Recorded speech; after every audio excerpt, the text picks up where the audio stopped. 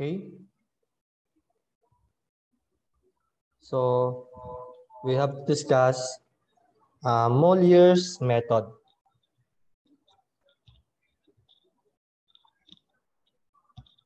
So ano ba tong Molliers method? So paano ba siya i-solve? Okay, so Molliers method. Recall that the second method obtains a root estimate by projecting a straight line to the x-axis through two function values. Molliers method takes a similar approach but projects a parabola through 3 points. Yung tinutukoy dito is ito.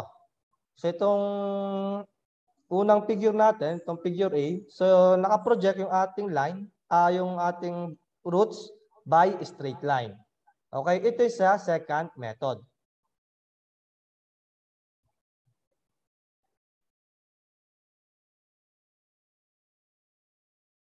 Second. Okay, ito yung sa Molliers. Okay, sa Molliers, naka in terms of parabola. Pero same approach lang. Ang nabago lang is yung kanyang figure. Okay? So, the method consists of deriving the coefficients of the parabola that goes through the 3 points. The coefficients can be substituted into the quadratic formula to obtain the point where the parabola intercepts the x-axis, that is the root estimate. The approach is facilitated by writing the parabolic equation in a convenient form. Yung parabolic equation natin in terms of x, so ito. So, for f of x0, so we have a multiplied by x0 minus x2 quantity square plus b multiplied by x0 minus x2 plus c. Okay, so kinumpare dito yung sa x2 tsaka yung sa x0. Okay, so yung parabolic equation from x2 papunta sa x0. Okay?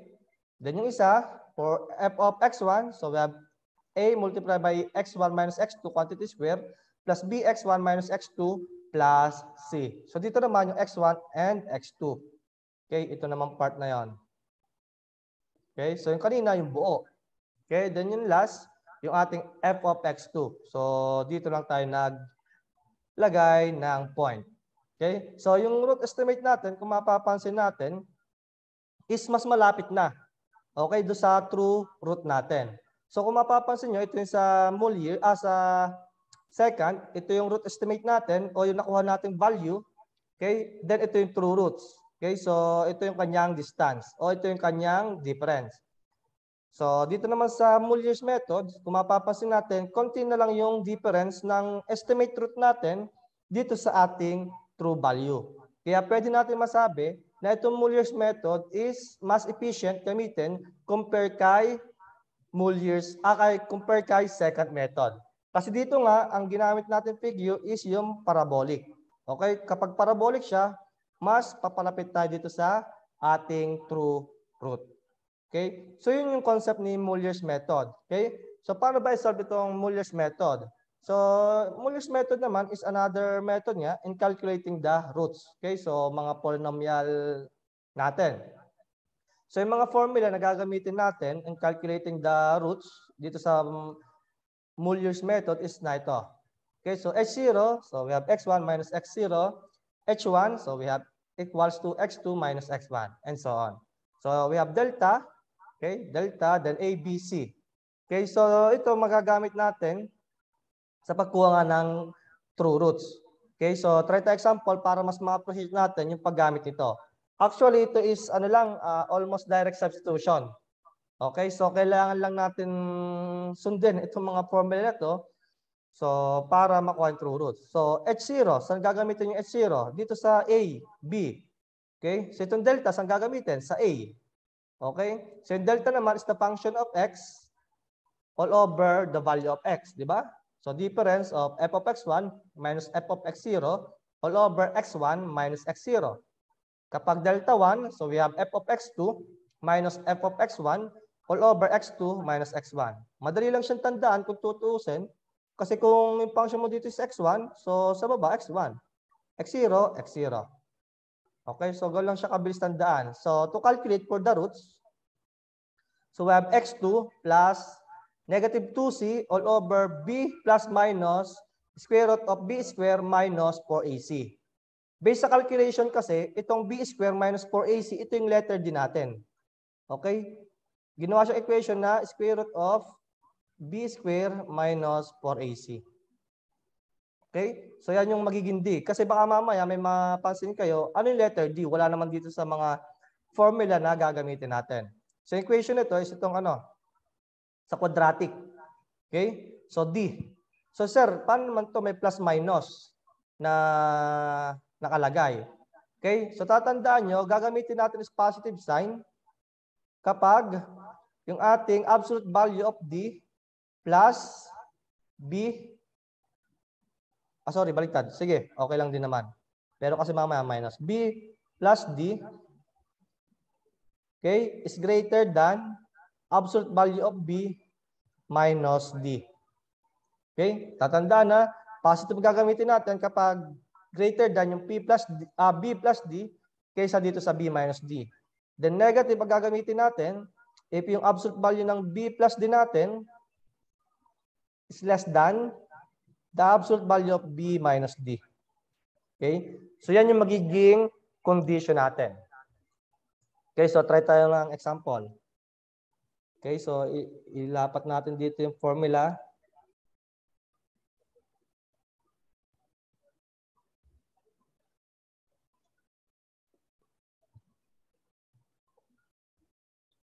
Ayan.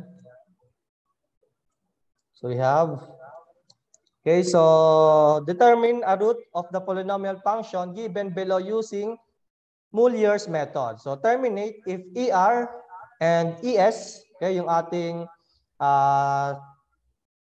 true error is less than or equal to 0.00045%. Okay, so we have a function of x. So we have 0.0043 x to the fourth minus 0016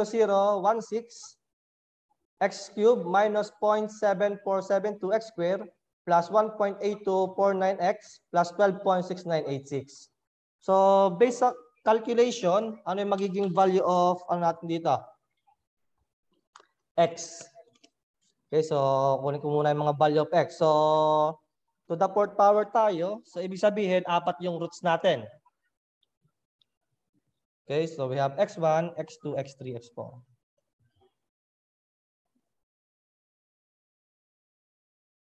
Pero dito naman sa pag-compute natin, sa pagkuha ng roots, isa lang naman syempre yung makukuha natin.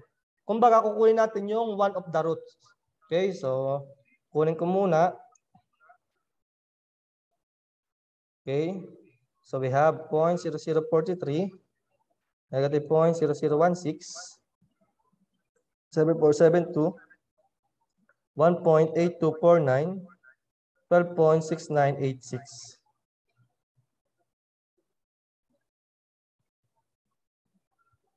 Okay, so x1 natin is negative 13.5631.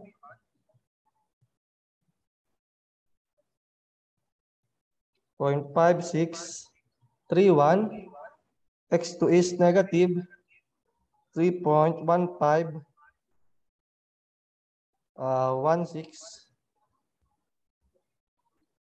6.5680.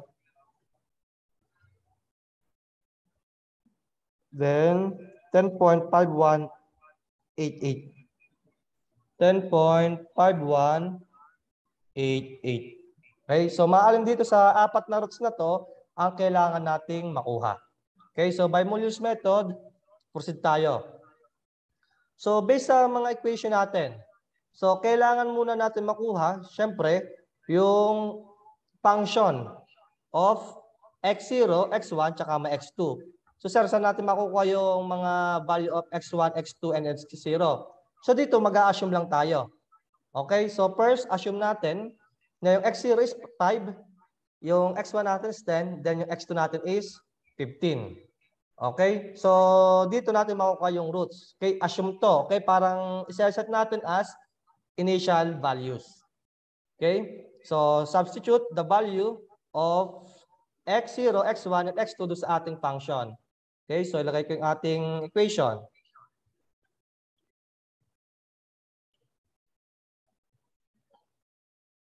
Ayan.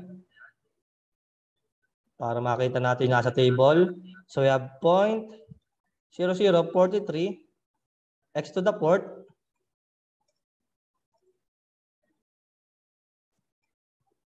minus 0.0016 x cubed minus 0.7472 x squared plus 1.8249x plus 12.6986. Okay? So, substitute natin yung value of x0 para makuha yung f of x0. Okay? So, calc. So, 5 muna.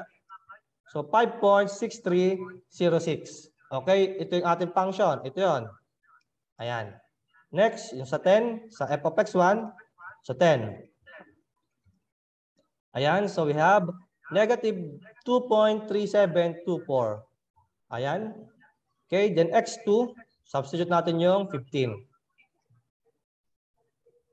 Ayan, 84.2396. Ayan. So, okay, nakuha na natin yung value of f of x0, f of x1, f of x2.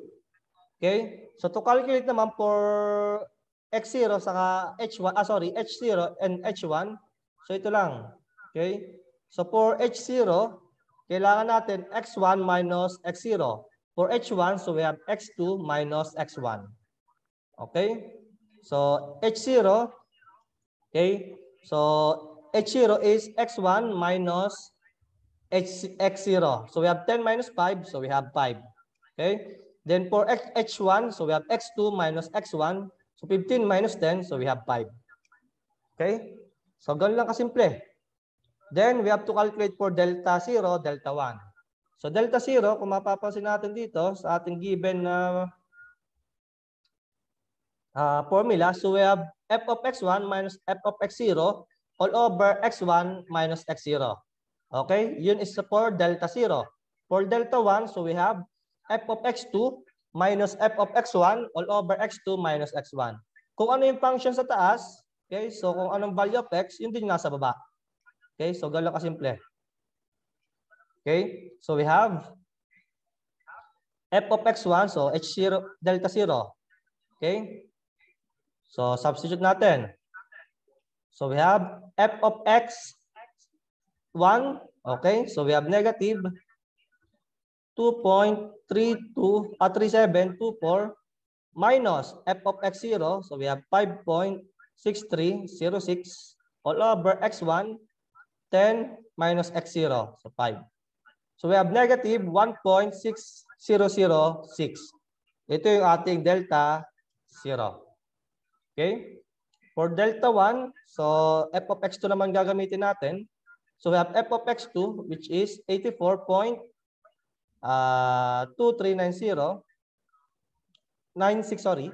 minus f of x1, so minus negative 2.3724 all over x2, which is 15 minus x1, which is 10.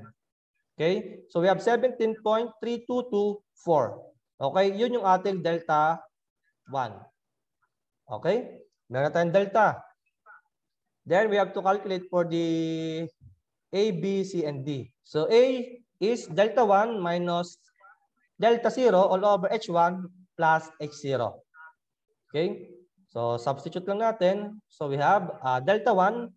So negative 1.6006 minus delta 0. Baliktad. So delta 1 is 17.3224 minus negative 1.660. Okay, all over H1 plus H0. 5 plus 5. Okay, so kaya nakuha natin 1.8923. Okay, for letter A. Ganyan kasimple. So, for B naman, so we have A, H1 plus delta 1. So, ito yung nakuha natin sa A. I-multiply daw natin. So, we have 1.8923 multiply by H1. H1 natin is 5. Okay? Plus delta 1, which is 17.3224. So we have 26.7839. Ito yon for letter B. Ang for letter C naman is equals to f of x2. Kaya ikakopy na lang natin yung f of x2 na 84.2396. Ito yon. And for letter D, ito nga yung nagkulang sa ating formula. D natin is square root of b square minus 4ac. Okay, square root of b square. Okay, b square natin. So we have 26.7839 minus 4ac. Then 1.8923 times c na 84.2396. So, nawala yung square. So, ayan. So, we have 8.9303 o 04. Okay? Ito yung ating letter D. Okay? So, to calculate for the value of roots, okay? So, yung formula natin, so we have x2 plus negative 2c over b plus minus b square, plus minus square root of b square minus 4ac. So, paano natin malalaman kung plus o minus yung gagamitin natin? So, ito yung ating itetest. Okay? So, kapag yung b plus d is greater than b minus d, so positive sign. Kapag negative, so we have b plus d is less than b minus d. Okay? So, tingnan natin. So, ilagay ko dito. So, b plus d is, ilan yon? B plus D, so we have 26.7839 plus D 8.93034. Okay, 35.71. Okay, so B minus D. So we have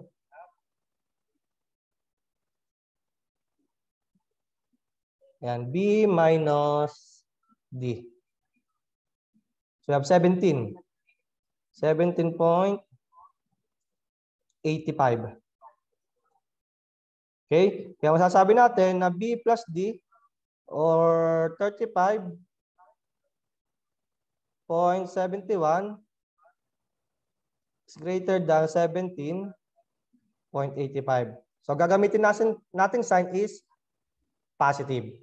Okay? So proceed tayo sa formula. So we have x3 equals to x2 plus negative 2c. So, lagay natin dito.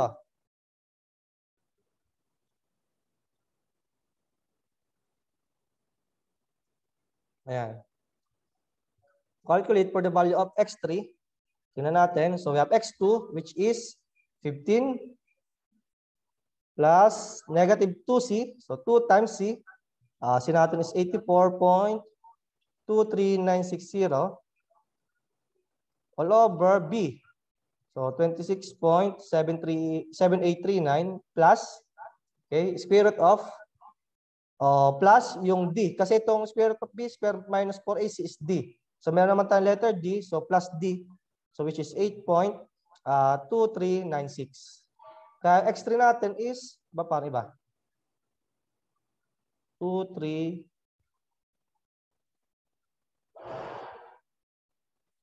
B negative 2C x2 natin is 15. Ba't iba? 10 point. Siguro sa ano na to, sa decimal places na. Okay? Pero kung mapapansin natin, malapit naman doon sa ating final answer na 18 point o may mali akong lagay.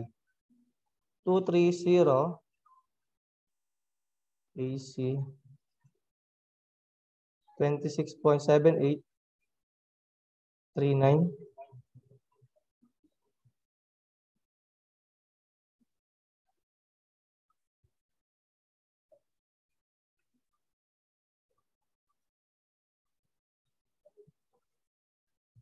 Ayun, dito pala.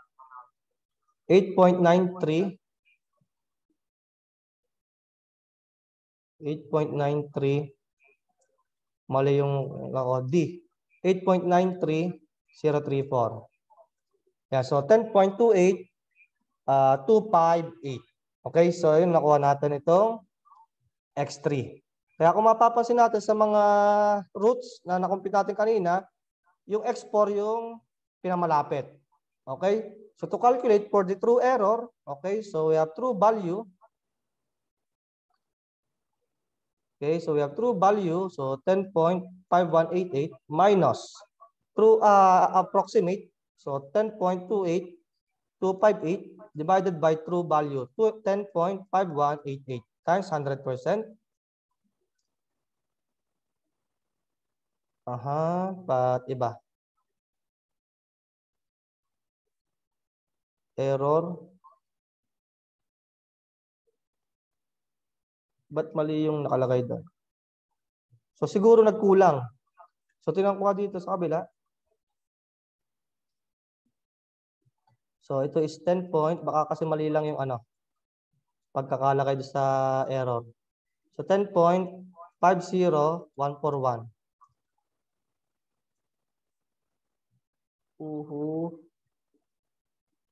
Okay.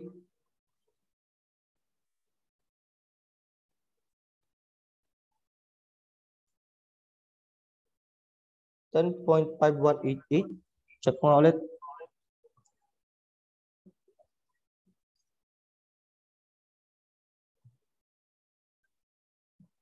$10.5188. Ulit sa baba.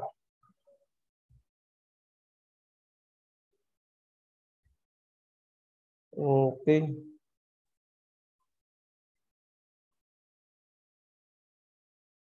Okay. Wait lang. Para sure tayo.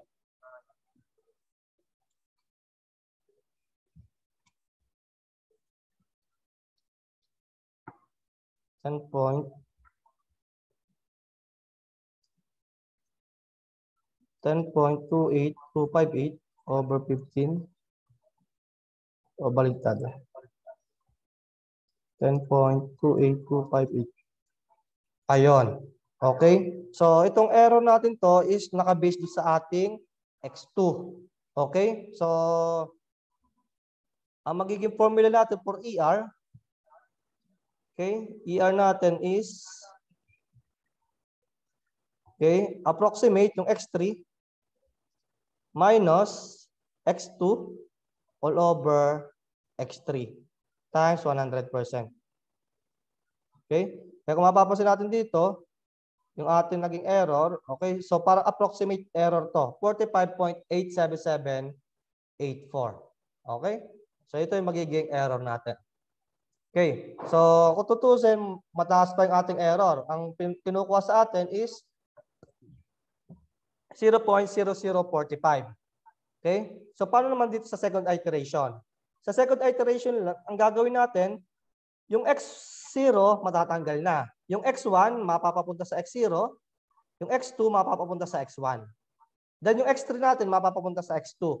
Kaya kung mapapansin nyo dito, yung X0 na natin sa second iteration is 10. Okay? Ito yung dating X1. Then itong X1 natin is 15 na dating X2. Then yung X2 natin is 10.28258 which is ito yung ating X3.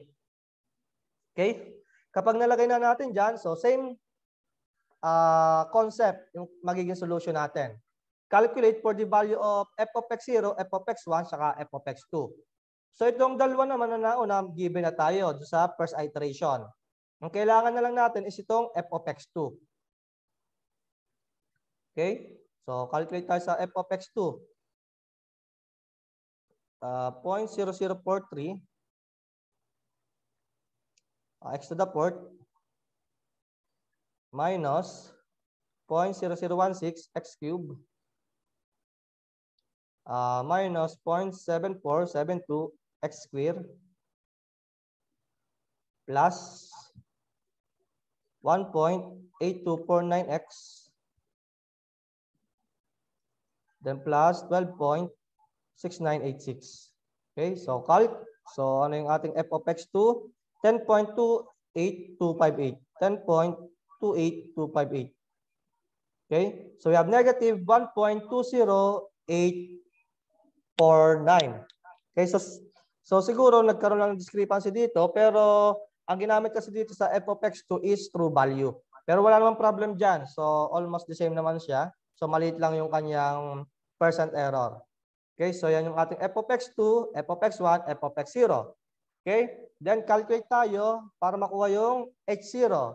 H0 is x1 minus x0. So 5. H1, so we have x2 minus x1. Okay. So we have 10.28258 minus 15. Ayan. So we have negative 4.71742. Ayan, ito yon. Okay. Then delta 0. So delta 0 is f of x1 minus f of x0 all over x1 minus x2. So f of x1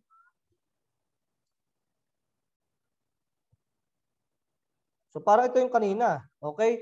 Itong delta 0 ay yung kanina delta 1. Tama ba? Ay, hindi. O, tama. So kasi bago lang natin doon is yung yung designation eh. Kaya kung mapapansin niyo dito, delta 1 is 17.3224. So dito, yung delta 0 naman natin is naging ganun din.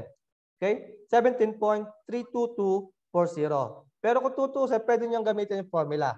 Okay? Pero yung formula, yun pa din yung kanina. Yung nasa delta 1. Okay? So to calculate for delta 1 naman, so we have f of x2 minus f of x1 all over x2 all over x2 minus x1.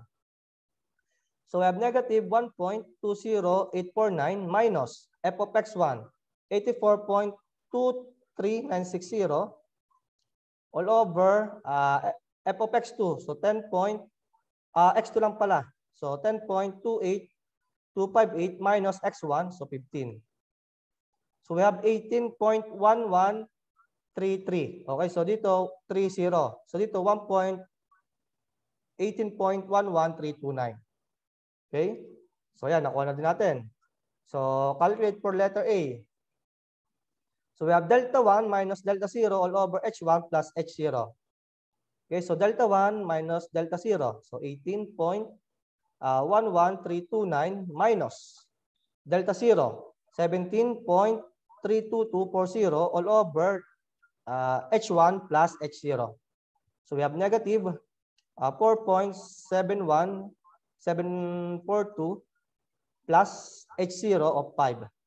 So we have 2.79887. So dito 2.798499. Okay? So ito true value. Calculate for letter B. So we have A h1 plus delta 1.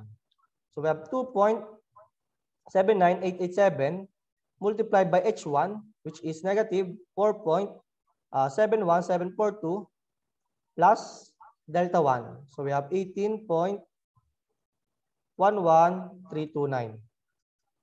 So we have 4.90984. Okay. Then for C, so we have f of x2. Copy lang. Okay. So for D, so we have square root of b squared. So b squared, so we have 4.90984 square minus 4AC. 4 times AC. 2.79887 times C, which is negative 1.20849. Okay? So we have D of 6.13483. Ayan. Then to calculate for x3, okay, so kunin muna natin kung ang positive o negative. Okay, so we have B plus D. So equals, ilan yon? So we have 6.13483 plus D. So we have 4.90984. So we have 11.04467. So B minus D. So we have 4.90984 90984 minus D, 6 point something. 6.13483. Okay, so B minus D, baligtad lang. So absolute value, B minus D. Ang binada ito, minus D. Yan, so we have negative 1.22499. Negative 1.22499. Okay? So, ibig sabihin, B plus D is greater than B minus D. So, we have positive sign ang gagamitin. Okay? Gagawin natin itong formula. Okay? So, ulit-ulit lang yung magiging formulation natin hanggang makuha natin yung terminating condition. Okay? Okay?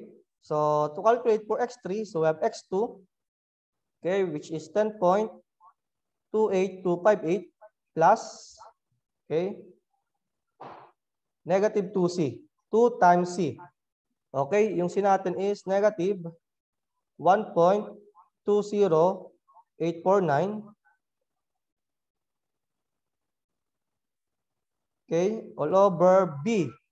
So we have 4.90984 plus, so yung square root of b, square minus 4ac kasi is yung d din. So we have 6.13483. Okay?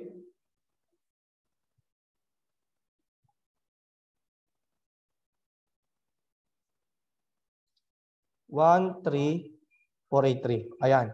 So we have 10.50141. Okay, ito yung nakuha natin na x3.